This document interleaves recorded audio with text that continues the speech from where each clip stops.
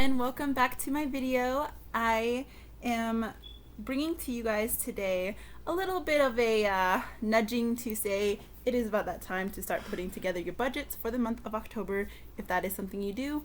If it's something you don't, you should definitely use a budget. It is a very great tool to tell your money where to go so your money doesn't just flow wherever you feel like it should go. Because honestly, if we didn't have a budget, we would have already probably dropped like $700,000 million on Halloween decorations. But we have a budget to hold us accountable. And yeah, in all honesty, like me and my husband actually sit down and make sure that we are both okay with a budget and so that it's aligned with our priorities. For example, right now for this month, our budget is very basic. We don't have a lot of things going on, and we have a guest speaker. I wish I was a Ghostbuster, but I'm not. Sadly enough, I wish this was my full-time job. But Well, you need your jacket then. yeah, that's true. That's a sneak peek for something to come. But yeah, so we sit down and we basically put our budget together, and we compromise on some things. There's some times where he makes changes to it and says, okay, well, no, I think we should up this, or where that's way too much for eating out. And yeah, basically. Yeah, it's really kind of figuring out one, when we're doing the budget, it's like we go through everything of what's priority of that month. Sometimes we have big events coming up. Sometimes it's dealing with scheduling with work too as well, because sometimes I know for us, our work schedules are hectic sometimes. So Yeah, so like the calendar comes first, Yeah. and then the budget comes next. Yep.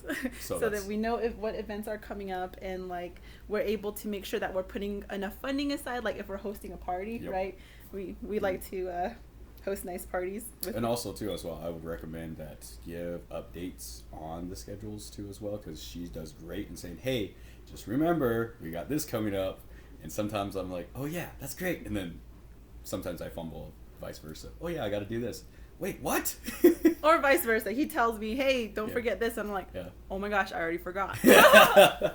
So when we figure out the scheduling of that month, and we kind of put basically what priority is. Sometimes if it's a birthday month, then that's like, okay, well, we're gonna have to budget out for a birthday party, or if And sometimes if it's like our kids' birthday parties, like for us, we're pretty low key with our birthday parties because we're adults. But for the kids, like we actually start saving money a couple months in advance. So like 2 months before, we put like $200 away, and then the month beforehand, we keep doing that because I'm gonna be completely upfront and honest with you guys. The birthday parties that we have for our girls range around anywhere from $300 to $600. Yep.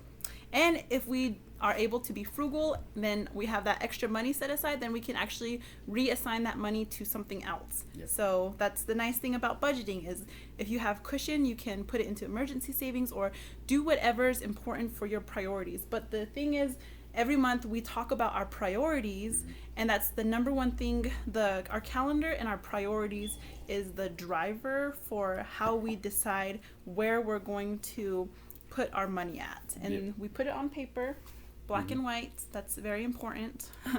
So she does really great as far as organizing too as well when it comes to it. So she'll itemize everything, or what sections that need to be, and then I'll come in with basically, how would you say it, like a secondary coming in and saying like, hey, yeah, this looks great, or maybe we can pull back on this so that way we can push more into this, I guess.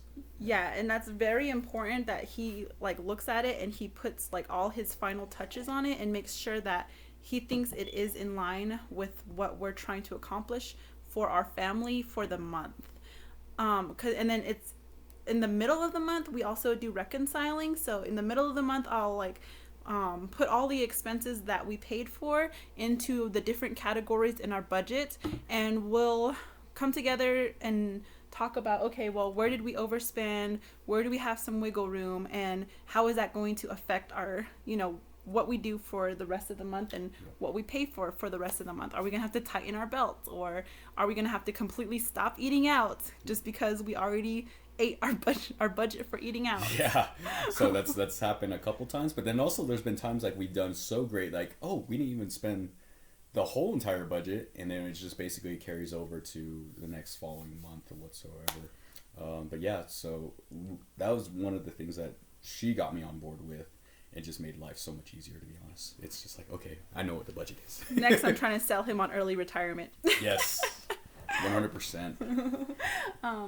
And then I guess the other thing I also wanted to bring into it is just going back to refining what we have.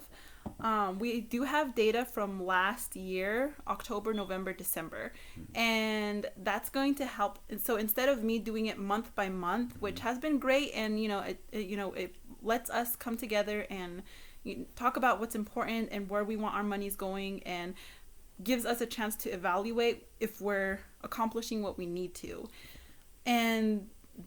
But the other thing is reconciling and actually following through and figuring out where you are actually spending your money is also so important, because now what I want to do is, instead of doing like a month by month budget, I want to put like a October, November, December budget together, because holiday months, like I said, I told you guys, Halloween decorations, if we don't have a budget, we're going to spend like $7 million on Halloween decorations.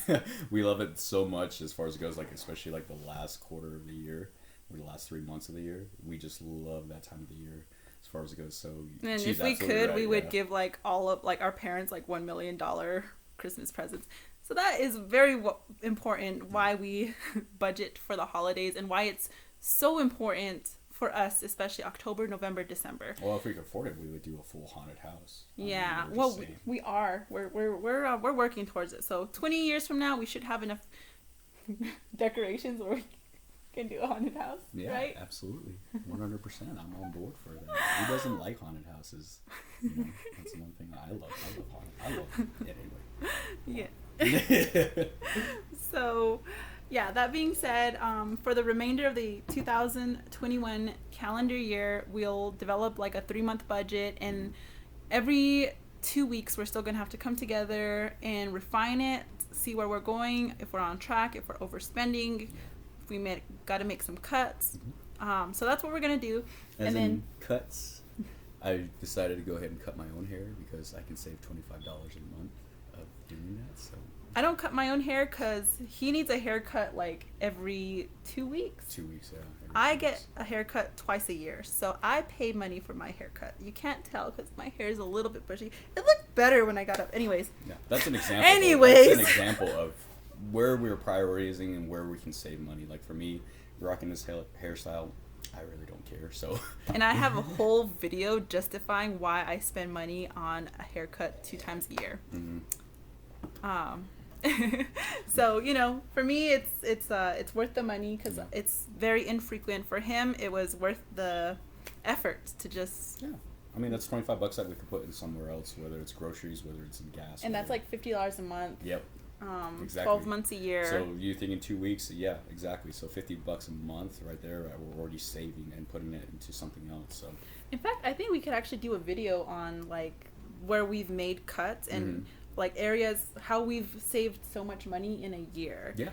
So we'll definitely come back to you guys with another video that's just solely focused on what we're doing in order to save money and live frugally and mindfully, being mindful of the types of things we bring into our homes and the types of things that we spend money on.